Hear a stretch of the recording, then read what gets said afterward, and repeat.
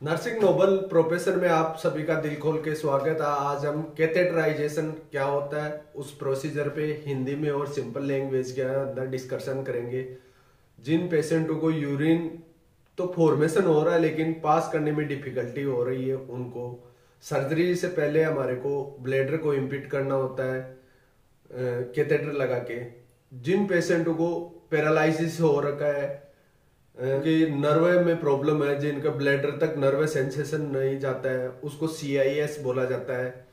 जो पेशेंट को खुद को भी ट्रेनिंग देते हैं हम, जो पेशेंट अपने लंबे टाइम तक पेशेंट को यूरिन पास करना होता है, उसको सिंगल ल्यूमन कैथेटर बोला जाता है। जो एकदम सिंपल होता है, जो अटेंडर भी कर सकता है और अवेयरनेस पेशेंट होता है वो पेशेंट खुद भी ये कर सकता है। कैथेटर के लिए हमारे को क्या क्या चाहिए?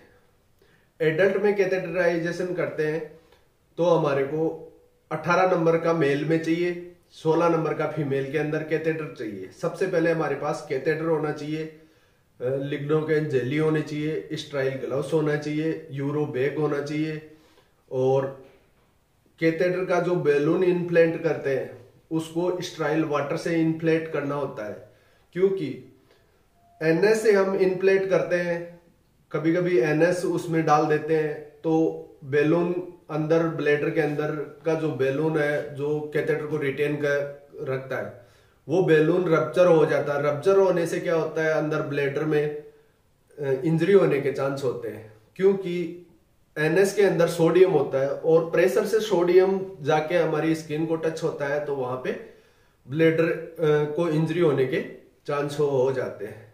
ये कैथेटराइजेशन एक स्टराइल प्रोसीजर है। सबसे पहले पेशेंट को, मेल पेशेंट को सुपाइन पोजीशन दी जाती है और पहले हम बीटाडीन से क्लीन करते थे। आजकल WHO की गाइडलाइन के अकॉर्डिंग बीटाडीन को यूज नहीं करते हैं। पेरिनियल एरिया की पहले क्लीनिंग होनी चाहिए और फिर उसको क्लीन करते हैं।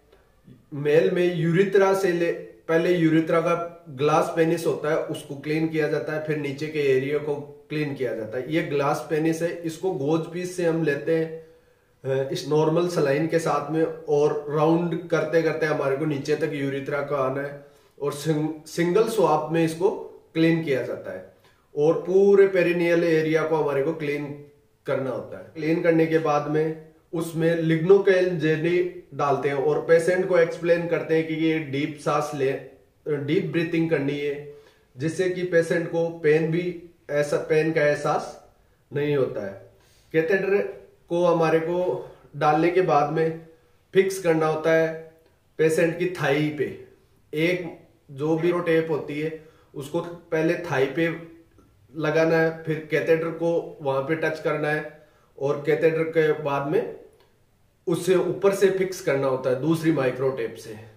कैथेटर का जो बैग होता है वो पेशेंट के लेवल, जैसे पेशेंट यहां लेटा है तो इसके नीचे के लेवल में होना चाहिए।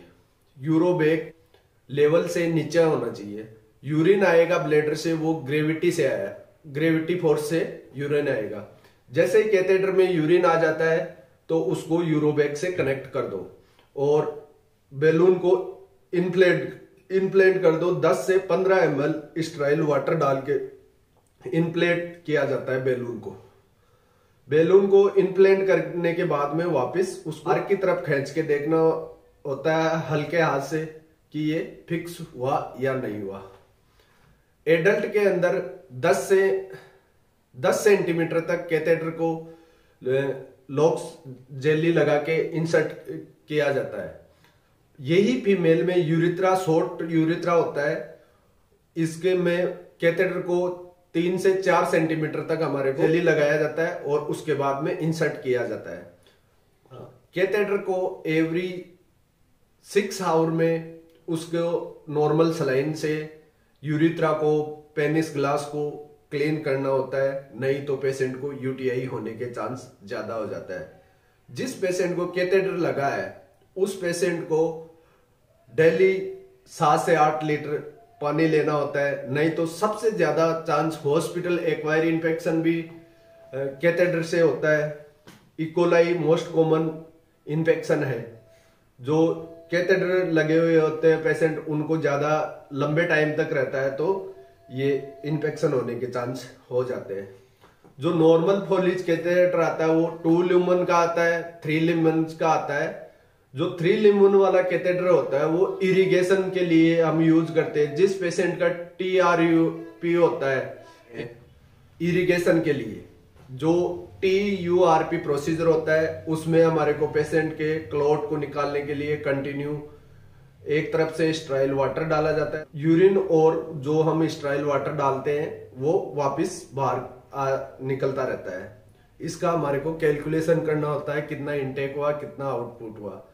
जो पेशेंट को सिंगल टाइम में हम यूज करते हैं तो वो CIS बोला जाता है। जो न्यूरो के पेशेंट होते हैं, जो बेड रिडन पेशेंट है, उनका CIS की ट्रेनिंग दी जाती है, जिससे पेशेंट यूरिन अपने जैसे ही उसको ब्लैडर का फीलिंग तो नहीं आता है पेशेंट को, बट पेशेंट को 3 से 4 घंटे के बाद में वो कैथेटर लगा के अपना CIS करना चाहिए। अब फोलिज कैथेटर हम 7 डेज के लिए यूज करते हैं। 7 डेज के बाद में उसको चेंज करना चाहिए। होता है वो 1 मंथ 21 डेज के लिए हम यूज करते हैं। बच्चों के अंदर कैथेटर यूज करते हैं वो 10 नंबर का कैथेटर यूज होता है, 12 नंबर का भी यूज करते हैं। और राइस ट्यूब होती है 10 नंबर की ब्लैक कलर वाली, उससे भी हम बच्चों के अंदर यूरिथ्रा में लगा के यूरिन को आउट करवाते हैं। देन यूरिन का सैंपल कैसे लेते हैं, जिस पेशेंट को कैथेटर लगा है उसका बहुत ही इंपॉर्टेंट टॉपिक है ये। सैंपल कैसे लेना होता है, सबसे पहले कैथेटर को क्लेम करना है। जैसे हमारे को मॉर्निंग में सैंपल लेना है, यूरिन कल्चर का हो गया, जिस पेशेंट को कैथेटर है उसको क्लेम करो कैथेटर को। जैसे ही 1-2 घंटे क्लेम हो जाता है, क्लेम के बाद में उस जहां से हम कनेक्ट करते हैं उसको ओपन करो।